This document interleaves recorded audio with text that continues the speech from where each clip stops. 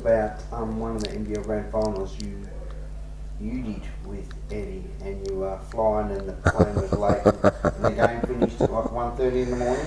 Yeah, is that after the car crash? In Boondall, yes. Yeah, the Brisbane referee ran up the police's bus. Oh, that was a funny time. Yeah, that was a memorable game, that one. Would you give young referees a training to get to where you've been?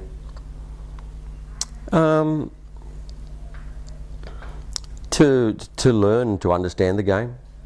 I mean, not necessarily you don't have to have played the game, but certainly understand the game, learn the game, and have some patience, and you know, treat players the same way as you like to be treated, and you know, gain their respect. That's half the battle. 949 games. Yep. How did you get there? Just lucky, I guess.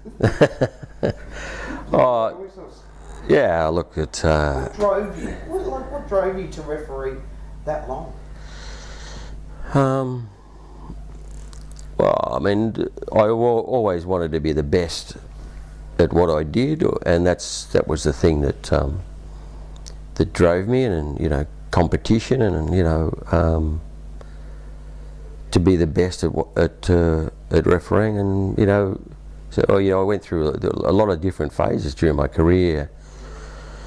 To get there, you know, you make a lot of you make a lot of sacrifices along the way. Some that you regret, but yeah, look, I love the game. I love basketball. I love the camaraderie of all the guys, and being on the road and that sort of stuff. It was fantastic. I mean, I'd still really like to be still refereeing in the NBL, you know, but the fitness test drove me out probably. As you get older, it gets harder and harder. You were still fit though? Yeah, I was, but like you still did the 10 minutes and you were over 60? Yeah, but the last couple of years I struggled. When we were running 10 minutes and we got compensation for our age, for being over 60 was all right.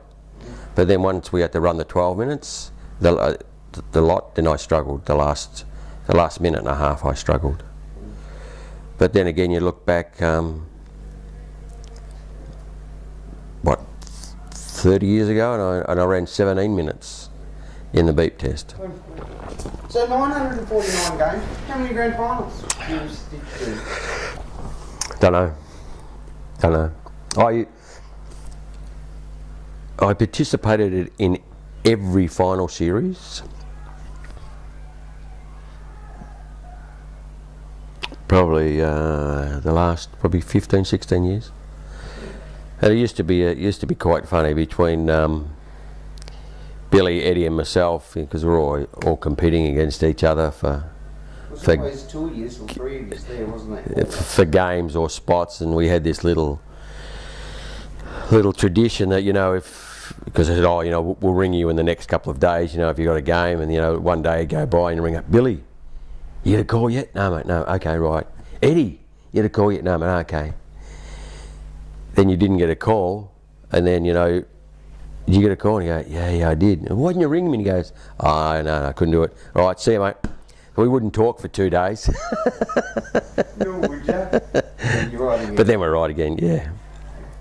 So Billy's your best mate, and with your 949 games, you didn't think about stopping at the same... For Billy? Yeah. No. I didn't think about stopping. When he retired early, I was really pleased that he retired, because then I could catch him and beat him for his number of games, because he was ahead of me at the time. So yeah, I was happy to. That was one of my driving forces. It was the only time I could beat him. So you'd still like to be refereeing, and you would if it wasn't for the Yep. test. Olympics. You're an Olympic referee. Yep. Many of your obvious. Which Olympics did you go to? Went to 1988 in Seoul. It was fantastic, yeah. It's good.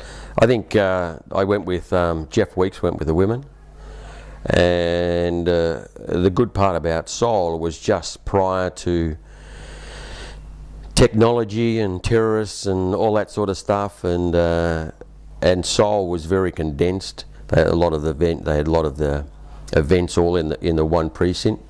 So and the old kangaroo pin would get you into any of the events, and you'd walk in the athlete's entrance and you just turn your accreditation card over and walk straight in. And the majority of the time they spoke English, so it wasn't too bad. But I mean, back then there was no pre-game, there was no post-game, there was no feedback from VBRA at all. You just went and refereed? Just went and refereed.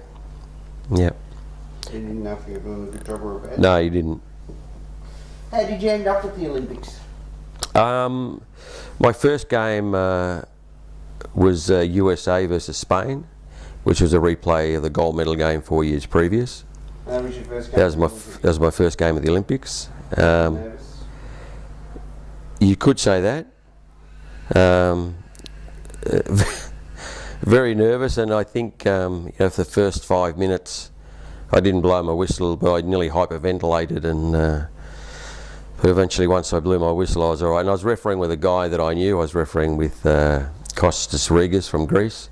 I'd refereed with him previously at the '86 World Championship, so I knew him and I knew how he refereed, so it was comfortable in that regard. But of course, with the Americans being in Korea and at the demilitarised zone, a lot of the Koreans didn't like the Americans, so they were all hating the Americans and booing the Americans, and everybody else was American for Spain.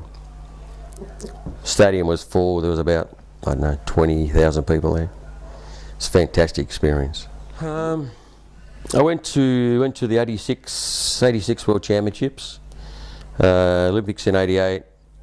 Men's World Championships in '90. Then I went to Junior Women's World Championships again back in Korea. You've been on the board of the VBRA? Yeah. When were you on the board? Gosh, it was back in, I don't know, maybe 75 maybe. I was the treasurer for 10 years, I think, and I was on the board for 2 years before that, I think. What advice would you give the VBRA today?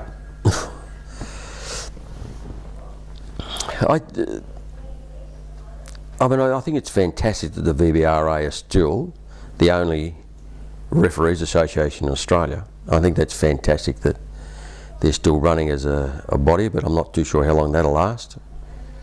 But I just think,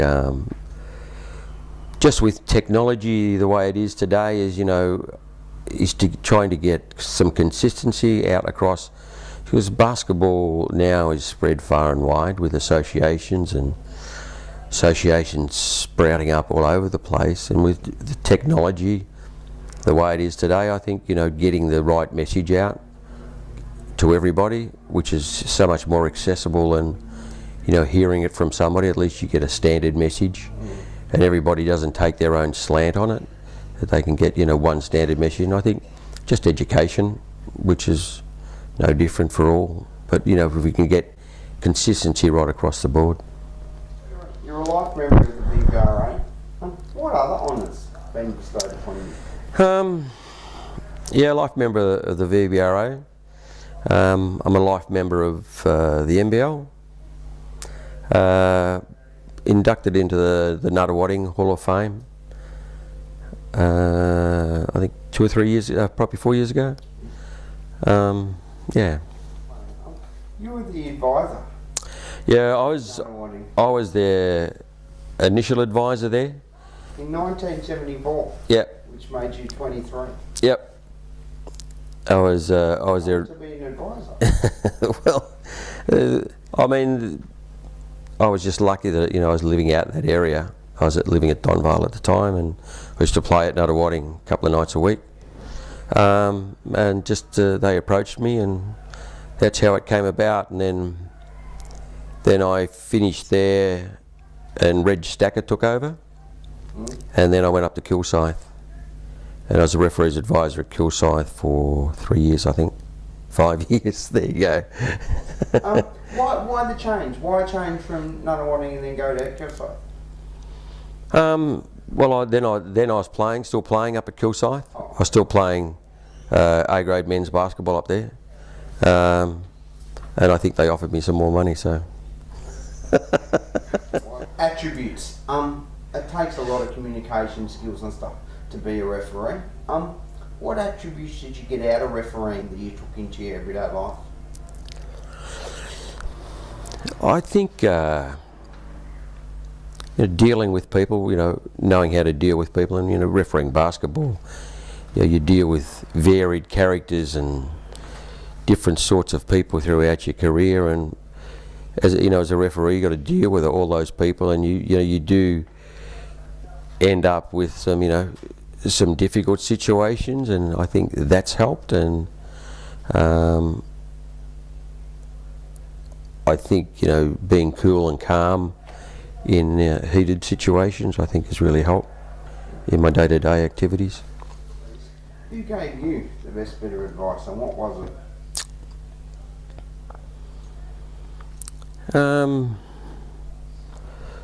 Probably Johnny Holden. I think he always said to me, always look smart, always look tidy, shirt tucked in, look like a referee, and don't be afraid to admit you've made a mistake, and which I took on board. You can't admit to every call being a mistake, but it does get you out of trouble occasionally. If you had your choice now, in basketball, how would you be involved? I'd like to be the NBL referee manager. Just put it out there. No, look, I like developing referees, and I like being a mentor for referees. You've certainly been to speak with the junior panel referees from time to time. Yeah, I looked after the NIDP program for a few years. That was always good fun. What was that like? Like again, putting back in? Well, I enjoyed putting back into those guys and trying to impart my knowledge and the way that I've come through the program. And it's probably different coming through the ranks for them than it was for me. I mean, when I was coming through the ranks, basketball was very different. We only had Albert Park, and that was it. And the panel, when I got onto the state panel, there was only 10 referees for the state panel, and the only way that I could get good senior basketball experience was I used to go away to country tournaments, and all the referees that were coming through would go to Swan Hill, they'd go to Bendigo, Kerrang, just to referee some senior basketball, because most of the guys, the senior teams, would take 2 or 3, 5 players or 5 mates used to get together and have a weekend away and play in championships up there. I think Victorian basketball referees used to run their weekend or be involved in their weekend, and I was involved in evaluating the country referees when they came down with Eddie and Dick Mason and Jerry Carstairs, Ron Burgess. Dealing and looking after the black and white things. Always. I mean, and I say that to lots of referees, and look after the areas you can. If you look after the black and white stuff, the rest you've got no control over. But if you can do all the things that you can control, if you do all those well, eventually the cream will rise to the top, and eventually you'll get recognised. Well, thanks, Ray, mate. You're a legend. I did my first NBL game with you. Did you? Was it? Yes. I mean, I did my first game with you and Robbie Barnett. It was Melbourne Tigers playing Townsville. It was on the 29th of May in 1993. But, was it? you've done a lot more than that, and you've been a legend, and you've certainly helped the referees way back then, and even some of the referees now. You've helped the Tim Millses and the Michael Manns, the Vaughan Mabrys. They've all come through. Yeah, we've had. I mean, it was a good part about Victorian basketball. You know, we always had good grounding. I mean, because most of the Victorian referees, were getting 2 or 3 top standard games each week because we had the best domestic competition. So we're always getting good games, with the Victorians coming through. So it was always good grounding. So we had the best part about it, I suppose. You could referee on a Wednesday night. You could have Nunawading playing Melbourne Tigers, VBRA First Division. And remember, you and I could get out there and do that game, and then 3 days later, you would be refereeing that game at NBL level. Yeah, exactly. They'd just about be same size. Yeah, exactly. Exactly right.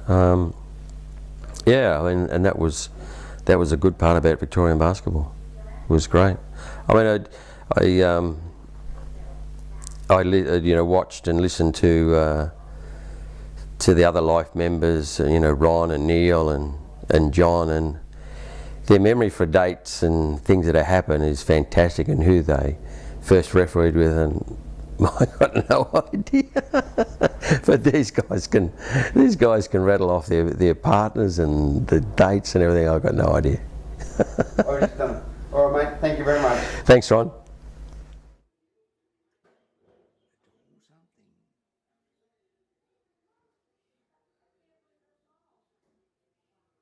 Basketball, being involved in basketball. Services to sport, I think. No, but that's all. Bring this stuff.